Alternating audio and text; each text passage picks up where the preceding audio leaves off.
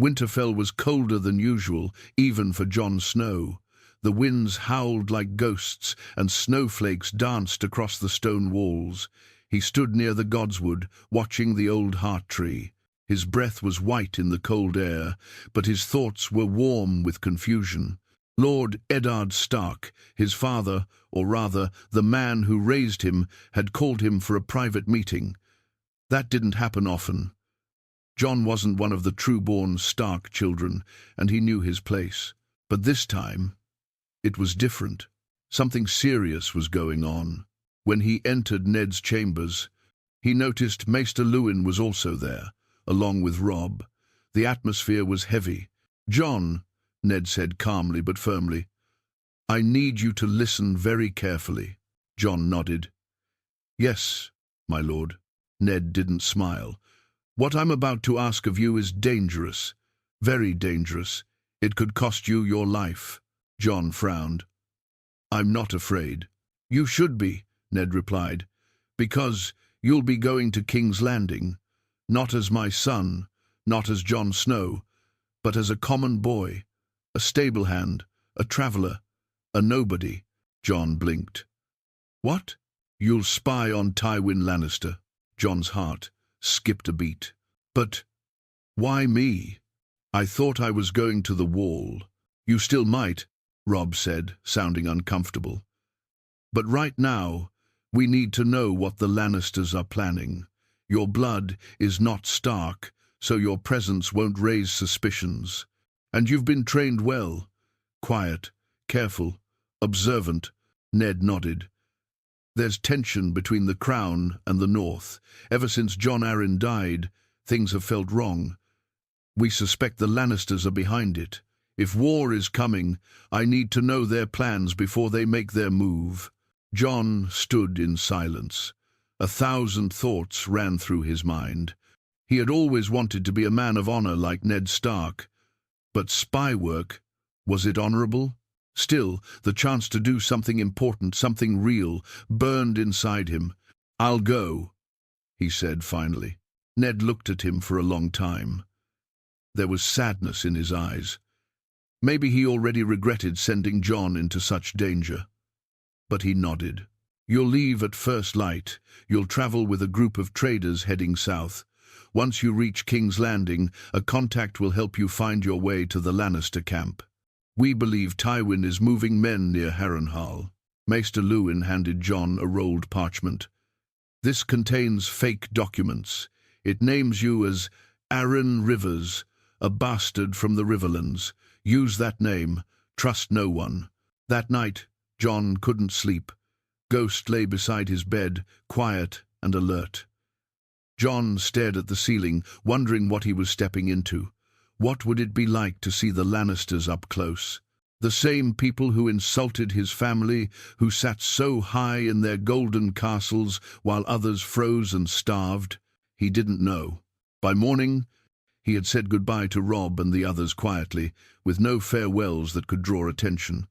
Arya hugged him tight and whispered, "Come back, or I'll find you and drag you back." Even Sansa gave him a nod, her eyes softer than usual. When he mounted the horse to leave with the traders, he looked back at Winterfell one last time. He was no longer Jon Snow, the bastard of the North. He was Arryn Rivers, a spy among lions, and he was riding straight into the lion's den. The road south was long and full of strangers. Jon rode with the traders in silence, keeping his head low and his words fewer. They were a rough bunch, some smuggled spices, others sold iron or salt. None of them seemed to care much who he was, which suited Jon just fine. He had wrapped himself in a new name, Arryn Rivers, a bastard from the Riverlands, and now he had to become that person completely. At night, they made small camps by the roadside. Jon sharpened blades, brushed horses, fetched water, anything to stay useful and unnoticed. He listened more than he spoke, always picking up pieces of gossip, news, soldier movement. Every bit of information mattered. One night, around the fire, a red-faced man named Kroll spoke of Lord Tywin Lannister. "They say he's not in King's Landing," he grunted, chewing on tough rabbit meat. "Harrenhal. That's where he's gathering strength. Harrenhal, someone repeated. That cursed place? Jon didn't speak, but he listened hard. Cursed or not, Kroll went on, he's got 2,000 men there, maybe more. Knights, sellswords, bannermen. Something's brewing. You can smell it in the air. Jon clenched his jaw. Ned Stark had been right. Tywin wasn't sitting still. He was preparing for war. A few days later, Jon reached the edge of the Riverlands and said his farewell to the traders. They didn't ask questions, just gave him a piece of stale bread and told him to keep out of trouble. From there, Jon took a longer, quieter road toward Harrenhal. He wore dirtier clothes now, dark brown and tattered, with a hood that kept his face shadowed. Ghost followed in the woods, silent and unseen like a ghost should be.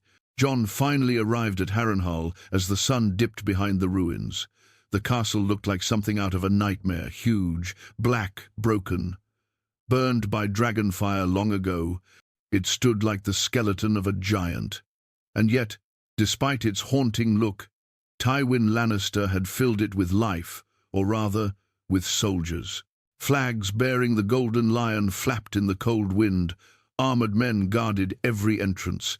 Blacksmiths hammered day and night. Horses neighed. Men shouted. War was being sharpened here. Jon approached carefully, finding the stables first. "I'm looking for work," he said to the old stablemaster, keeping his voice gruff and low. "Good with horses. Strong back. My name's Aaron Rivers." The man squinted at him. "Another bastard, eh?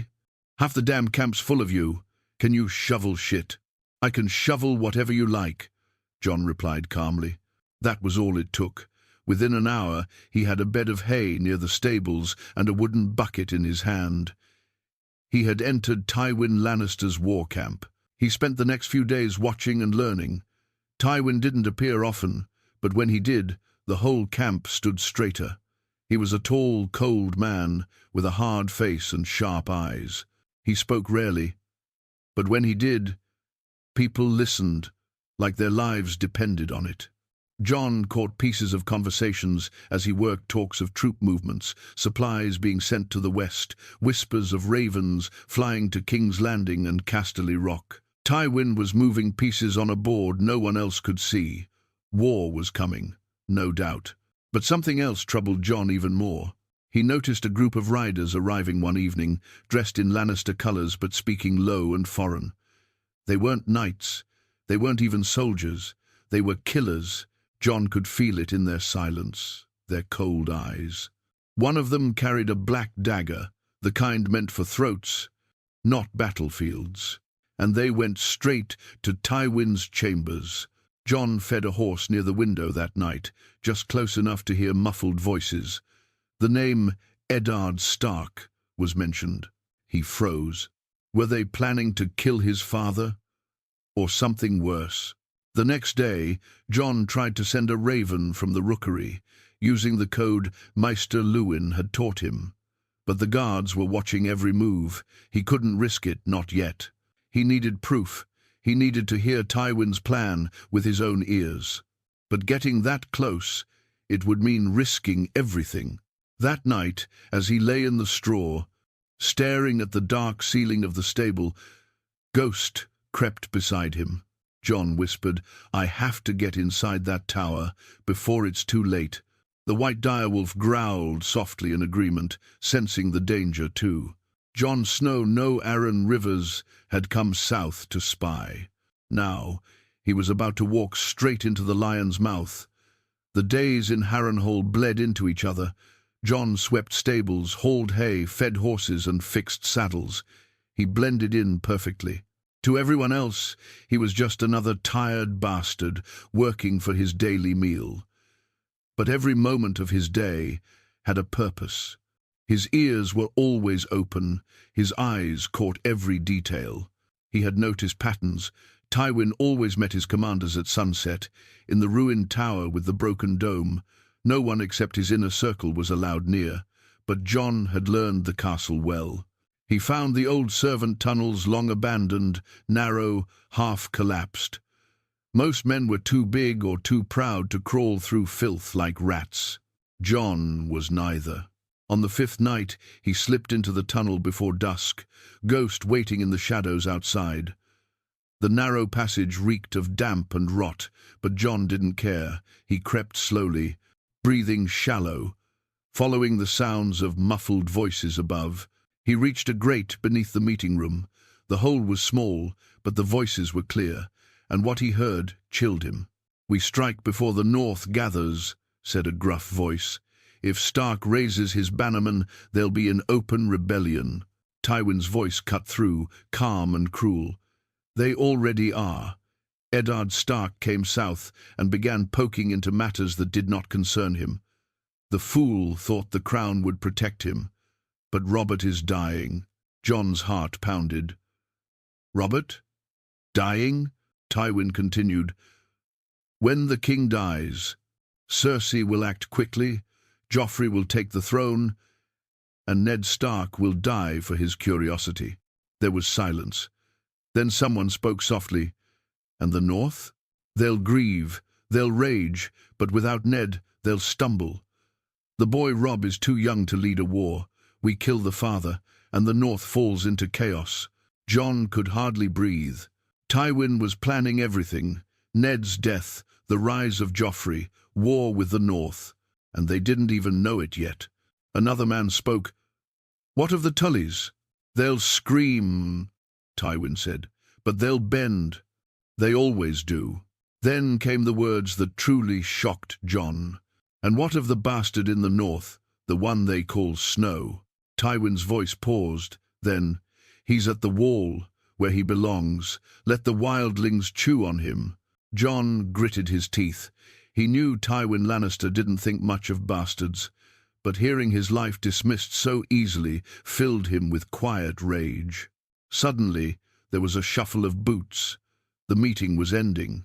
Jon backed out fast, crawling blindly through the tunnel.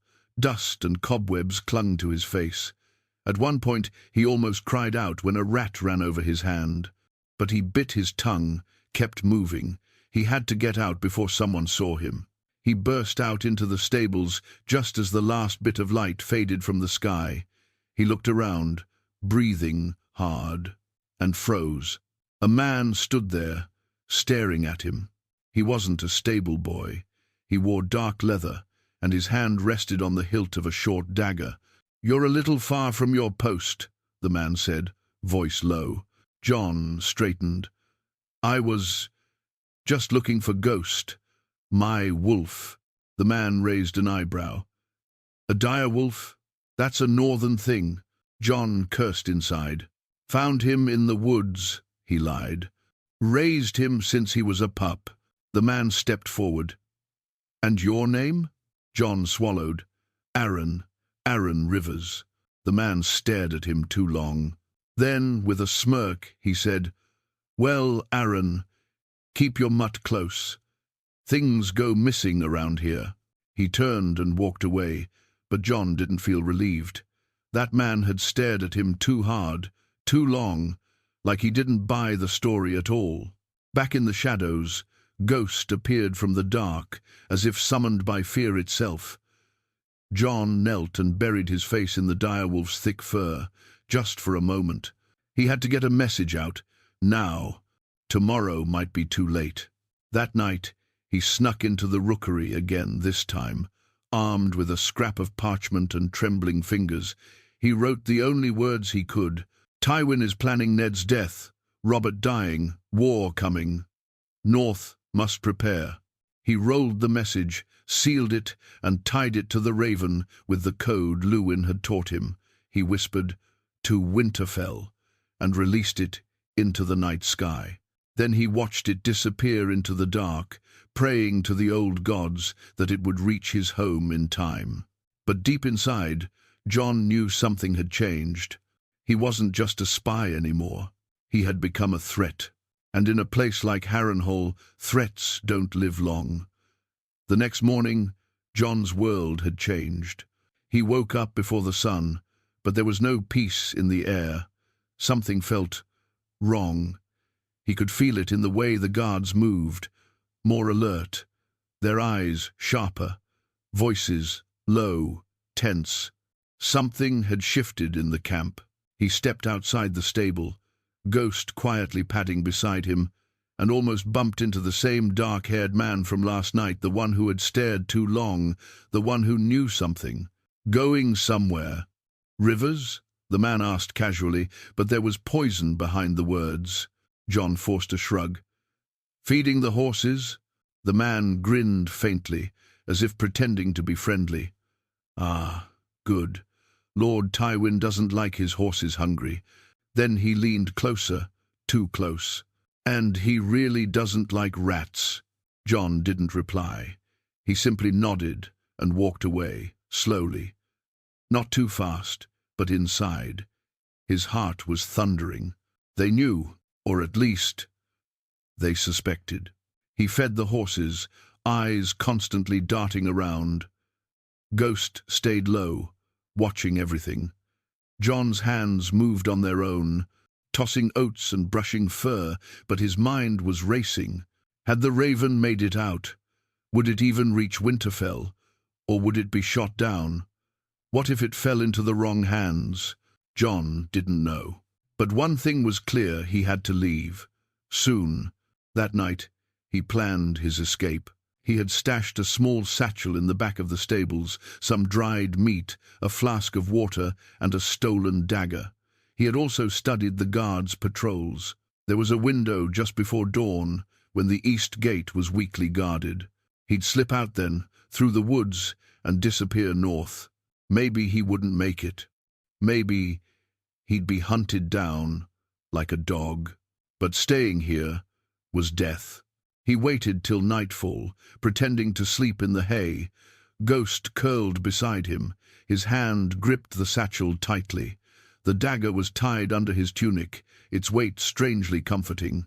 Then, footsteps, heavy boots, voices. 2, maybe 3. Should be in the stable. Quiet. We need to bring him alive. Lord Tywin wants answers. Jon didn't wait. He rolled out of the hay like a shadow, grabbed the satchel, and whispered, "Ghost, run."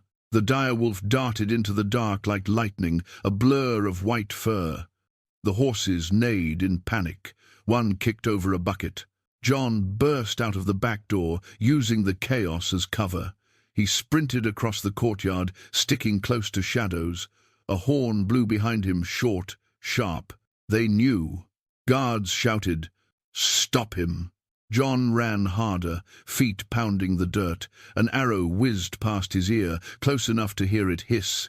He ducked behind a cart, then dashed to the east gate. 2 guards stood there, but they weren't expecting him from the inside. He caught the first with a quick slash across the thigh. The man screamed and fell. The second swung his sword wildly, but Jon tackled him hard, slamming him against the gate. The man stumbled back, and Ghost flew out of the dark, jaws wide. The guard never got up. Jon pushed the gate open and disappeared into the trees, Ghost by his side. Behind him, Harrenhal roared to life horns, shouts, firelight in the towers. But Jon didn't stop running. For hours, he moved through the forest, drinking from cold streams, eating in quick bites. Ghost guarded him like a shadow, senses always alert. They passed ruined villages, burned farms, and broken carts, signs of the war that was creeping closer with each passing day. He didn't head straight north. That would be expected. Instead, he curved west toward the hills, aiming to circle around and reach a riverboat route Maester Luwin had once told him about.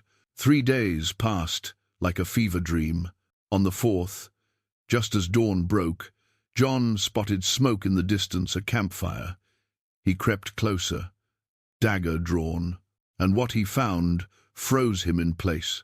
A group of northern soldiers, Starks, and in their midst, Catelyn Stark. Jon stepped out slowly, hands up. Lady Stark. Every sword turned toward him. The soldiers drew blades, ready to strike. But Catelyn's eyes widened in shock. Jon? He looked like hell dirty, bruised, thinner than she remembered. She approached slowly, disbelief and confusion written all over her face. "What are you doing here?"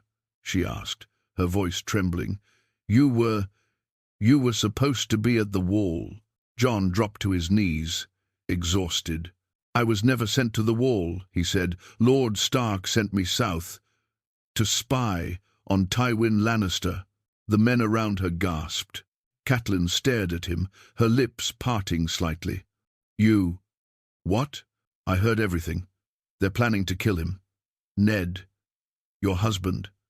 They've already moved. If my raven didn't reach you, then we're running out of time." Catelyn looked at him, her face pale. She didn't like Jon Snow. Never had. But right now, she didn't see a bastard boy. She saw the only person who might save her husband's life. Catelyn Stark stared at Jon as if he had risen from the dead. The men around her stood frozen, waiting for her command. One wrong word, and they would cut Jon down like a traitor. He could feel it in their eyes. Bastard or not, he wasn't supposed to be here, and certainly not sneaking through the woods near her camp. But Jon didn't flinch. He knelt still, breathing hard, his face pale but steady. "I swear it," he said. "Tywin's building an army. He's waiting for Robert Baratheon to die. When he does, they'll kill Lord Stark. They've planned it already." Catelyn's eyes flicked to her bannermen.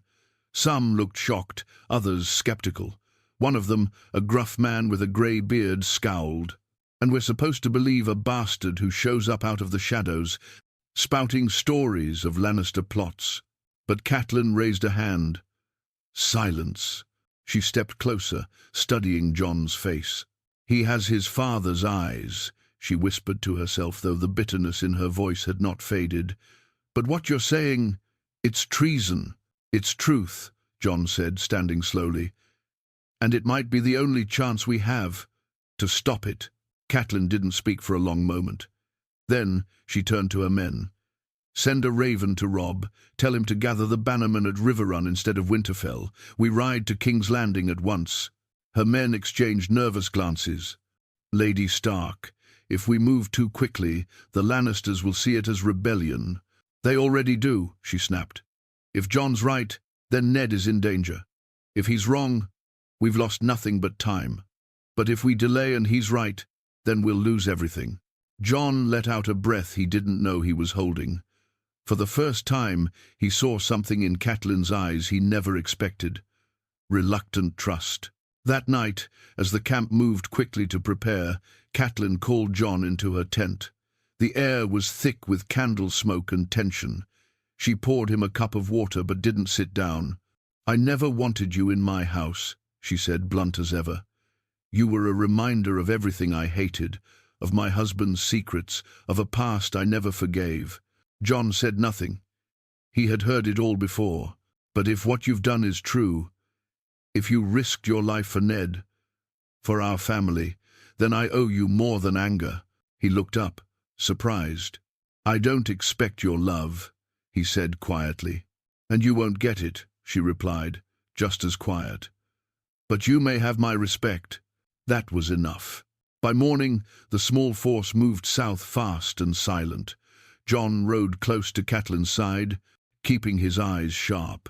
He still felt the weight of danger pressing down on him. Tywin's men would be looking. And worse, if the raven hadn't made it, Ned would still be walking into a trap. 2 days later, they reached a small town just north of King's Landing. There, the news hit them like a hammer. King Robert was dead. The tavern girl whispered it like a curse, her voice trembling as she poured ale. "He died on a hunting trip," she said. "Boar tore him open. They say it was a horrible sight." Jon froze. Robert's death meant only one thing now. The Lannisters had already made their move. "And Lord Stark?" Catelyn asked, her voice barely a whisper. The girl hesitated. "Arrested. For treason. They say he tried to seize the throne before the boy Joffrey could be crowned." Jon slammed his cup on the table, eyes wide with fury. "They turned it on him, just like Tywin said." Catelyn looked shattered. She stood, hands shaking, then whispered, "We're too late." But Jon's voice came firm, steady. "Not yet. He's alive. If they haven't killed him, there's still time." She looked at him. "What would you have us do? March into the Red Keep with 12 men and demand his release?" "No," Jon said, "but I know something they don't." Catelyn raised an eyebrow. "And what's that?" He leaned in closer. "I know their secrets. I heard the meeting myself. Tywin said Joffrey isn't Robert's son. He called it a Lannister's crown." Catelyn went pale. "That's what Ned found in King's Landing," Jon continued. "That's why they want him dead. He discovered the truth, that Joffrey is a product of incest." "Cersei and Jaime," Catelyn whispered. Jon nodded. "If we prove it, we break them." Catelyn stood tall again, her grief pushed aside by new resolve. "Then we find proof. We send word to Renly, to Stannis. We spread the truth like wildfire." "But what about Lord Stark?" Jon asked. "He doesn't have much time." Her eyes narrowed. "Then we find a way to get him out, before they put him to the sword." The war had already begun. But Jon Snow would not let it end in silence. Not while his father still lived. The streets outside King's Landing were swarming with gold cloaks. From the hills beyond the Blackwater Rush, Jon could see the chaos creeping through the capital. Smoke from chimneys. Riders galloping in and out. The city was on edge. Something had changed, something ugly, and the air smelled of fear. "They know they've done wrong," Catelyn said beside him, her eyes fixed on the distant walls. "That's why they're so afraid." Jon nodded. "They should be." They had arrived in secret, hiding their banners, dressed like common travelers. It was dangerous, foolish even, but they had no choice. Sending word to the Lords was one thing, saving Ned Stark was another. They had a plan, a desperate one. Jon had returned to the capital like a ghost, haunting the place he barely knew. The last time he'd been this close, it was just a whisper in the distance. Now, he stood only miles from the Red Keep. Inside, Ned Stark was locked in chains, labelled a traitor by the Boy King, Joffrey Baratheon, a false king sitting on a stolen throne, and time was running out. Catelyn had arranged a meeting with someone who could help. Varys, the Spider, the master of whispers. Jon didn't trust him. But they needed someone inside the keep, someone who could get close. That night, under a broken statue near the old sept, they met in secret. Varys arrived like a shadow, no guards, no weapons, only that same soft voice and smile that never reached his eyes. "You've come far, my lady," he said to Catelyn. Then he looked at Jon. "And you? I thought the wall had claimed you."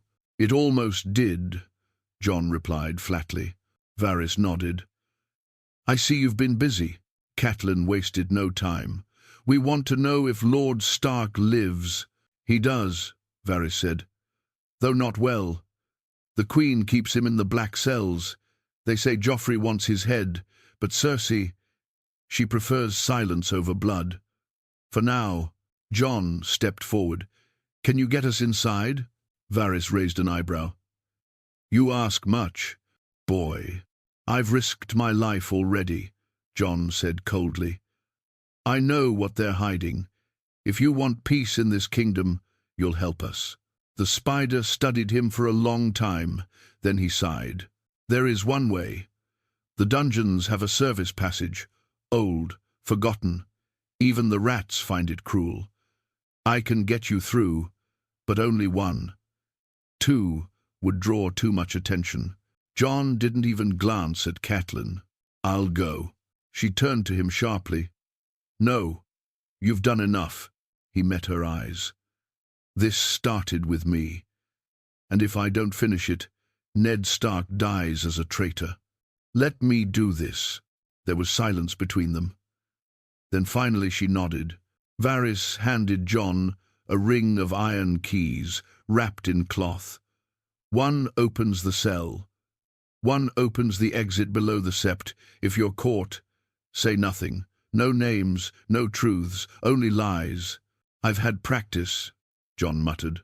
That night, dressed in rags, Jon slipped through the narrow tunnels beneath the Red Keep, led by a silent guide with a candle and no name.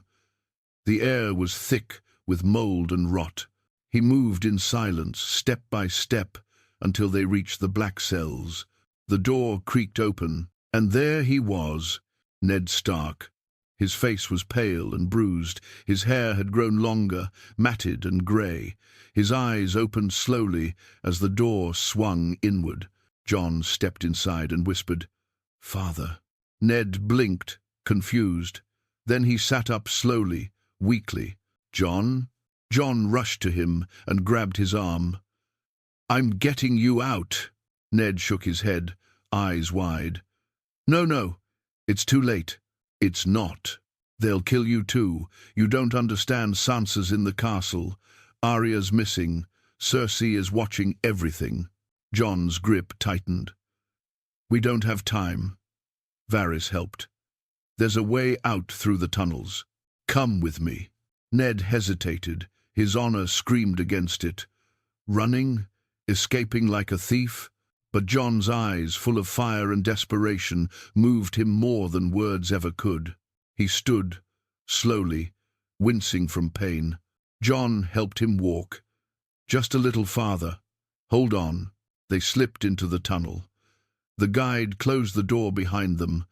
Darkness swallowed them whole. Outside the city walls, Catelyn waited with horses and a covered wagon. Ghost paced nervously. When she saw the two figures emerge from the woods, her breath caught. Ned Stark, alive. She ran to him, hugged him tightly, even as tears filled her eyes. "We have to go," Jon said. "Now." They mounted quickly. No banners, no noise. They rode into the night, toward the river, toward the north. Behind them, the lion's claws were sharpening. But for now, just for now, the wolf had won a breath of time. By the time the first Lannister scouts discovered the empty black cell beneath the Red Keep, Jon, Catelyn, and Ned Stark were already 2 days ahead, traveling along hidden roads, avoiding villages, riding only at night. But no escape comes without a price. When they reached a fishing village near the Blackwater's edge, the news was already spreading like fire through dry woods.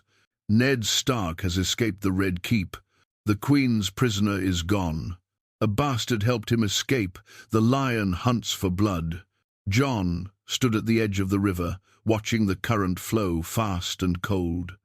Ghost was beside him, restless, ears twitching at every sound. Behind them, Ned sat in the back of a covered cart, wrapped in old cloaks, his face hidden. He had barely spoken since their escape. Catelyn approached quietly, her boots crunching the gravel. "We can't keep moving like this," she said. "They'll close the roads. Gold cloaks, Lannister scouts, maybe even sellswords. Tywin will not let this go unanswered." Jon nodded. "We need to reach Robb. We need an army," she said firmly. "Because war is here, whether we want it or not." That night, they bribed a fisherman to take them up the river. It was slow, dangerous travel, cold water, low supplies, and constant fear of being spotted. But on the 6th day, just as dawn painted the sky red, they saw it. The Stark banners. Grey direwolves flapping in the wind, and Robb Stark waiting with 10,000 men. Jon felt something twist in his chest as he saw his half-brother, his brother standing tall and proud, dressed in armor with war in his eyes. Robb rode out with Theon, and Greatjon Umber beside him. But when he saw his father alive, his horse almost stopped. "Father," he whispered. Ned stepped from the cart, still weak but upright. Robb slid off his horse and ran to him, throwing his arms around him like a boy again. Jon stood a few feet away, quietly watching the moment he had helped create. He felt Ghost nudge his hand. Then Robb turned to him. You brought him back." Jon simply nodded. Robb crossed the distance and pulled Jon into a tight embrace. For a long time, neither said anything. "You saved him," Robb said at last. "You saved everything." But Jon knew better. "Not everything. The Queen knows we're gone, and Tywin will come for us." And Tywin did. The Raven arrived 2 days later. A short, cold message delivered to Robb's camp. "Return the traitor Lord Eddard Stark to King's Landing immediately. Bend the knee, swear loyalty to King Joffrey, or face war." Lord Tywin Lannister. The northern camp erupted with fury. Lords shouted in tents, swords were drawn over old rivalries. But through the chaos, Robb remained silent until he entered his father's tent. Ned sat in the corner, bandaged, a map before him. Jon stood nearby. Robb looked at them both. "What do we do?" Ned raised his head slowly. "I never wanted war. I came south for peace, for truth. But now there's no peace left to chase." Jon stepped forward. "If we don't stand now, they'll hunt us down one by one. You saw what they did when you played by the rules. They will never stop." Robb turned to his father. "Then give the order." Ned looked at him for a long time. Then he nodded. "Rally the bannermen, call the Tullys, the Arryns, anyone who remembers justice. We ride for the Riverlands. We take back what the Lions have stolen." That night, war was decided. The next day, the Northern Army began to move. Riders thundered down the King's Road. Blacksmiths hammered day and night. Ravens flew in every direction. Jon stood at the edge of camp, watching the fires light the sky. He wasn't a lord. He wasn't even a true Stark. But people looked at him differently now. Whispers followed him, the bastard who had outwitted Tywin Lannister, the boy who broke the Red Keep. He had started as a shadow, a ghost in the south. Now he was a spark in a war. But even as the North prepared for battle, far away in King's Landing, Cersei Lannister stood on her balcony, watching the smoke curl from the towers. "The wolf has slipped the leash," she muttered, and beside her, Jaime Lannister drew his sword with a smile. "Then let's hunt it down." The banners of the North moved like a storm down the King's Road, grey direwolves, trout of House Tully, and even the moon and falcon sigils of House Arryn answered the call. Word had spread. Lord Eddard Stark lived. The lion had tried to kill him, and the wolf had bitten back. Jon Snow rode near the front, Ghost beside him, always alert. He wore no fancy armor, only leather and mail. But men looked at him differently now. They spoke of him in hushed tones. Some called him the bastard of the North, others the wolf in the South. But Jon ignored the titles. He had seen enough death in Tywin's camp to know this war would not be won by names. He thought often of what Tywin had said in that dark tower in Harrenhal: "Kill the father, and the North falls apart." But Tywin had miscalculated. The North had not fallen. It had risen, and now it marched with fire in its veins. They reached the twins on the 5th day. Lord Walder Frey stood waiting with his slippery sons and a dozen sneering grandsons. The old man was as smug as ever, but the moment he saw Ned Stark alive, his mouth opened like a fish gasping for air. "You're supposed to be dead," he croaked. "I was," Ned replied coldly. "But your lions failed." Lord Frey was quick to swear loyalty. Robb secured the crossing not with a promise of marriage, but with something else, a threat. "You break this pact," Robb warned, "and I will come back not with words, but with fire and sword." Even Lord Walder knew better than to test a wolf with nothing left to lose. From there, the army split in two. One marched to the Riverlands, where Lannister forces were burning villages and raiding Tully lands. The other, led by Ned himself, flanked by Jon, Robb, and Catelyn, moved to face the main Lannister host near Harrenhal. Jon hadn't forgotten that cursed place, its broken towers, its black stones, its secrets, but this time he would return not as a spy, but as a sword. The two armies met at the edge of the God's Eye Lake, where the mist rose from the water like the breath of old gods. The Lannisters had brought their full might-armored knights, gold-cloaked archers, siege engines, and Tywin Lannister himself at the center. His red lion banners flew high, proud, unshaken. But the North had something stronger, a cause, a truth. Jon sat atop his horse beside Robb, watching the enemy lines form. Ned Stark rode ahead, armor polished, face grim, a living ghost from the grave. Every man behind him carried a grudge for Winterfell, for honor, for the lies told in the South. Then the horns blew, and the field became blood. Jon fought like a shadow, silent, deadly. He didn't shout or roar like the others. He moved with precision, remembering every lesson from Sir Roderick, every instinct Ghost had taught him. His blade cut down Lannister men with calm fury. One knight raised his sword and sneered, "Bastard!" Before Jon Steel split his helmet in two, Robb rode like a wolf unleashed, leading the charge through the flank. Ned fought at the center, sword in hand, his presence turning the tide wherever he went. But it was Jon who reached the hill where Tywin Lannister commanded his men. He cut through guards, ducked arrows, and climbed that blood-soaked hill until he was face to face with the man who had tried to murder his entire family from behind silk curtains. Tywin stared at him with cold recognition. "You," he said, "the boy spy." Jon raised his sword. The North remembers. Tywin didn't run. He drew his own blade, old but sharp. "Then come, take your memory in blood." Their swords clashed with sparks and fury.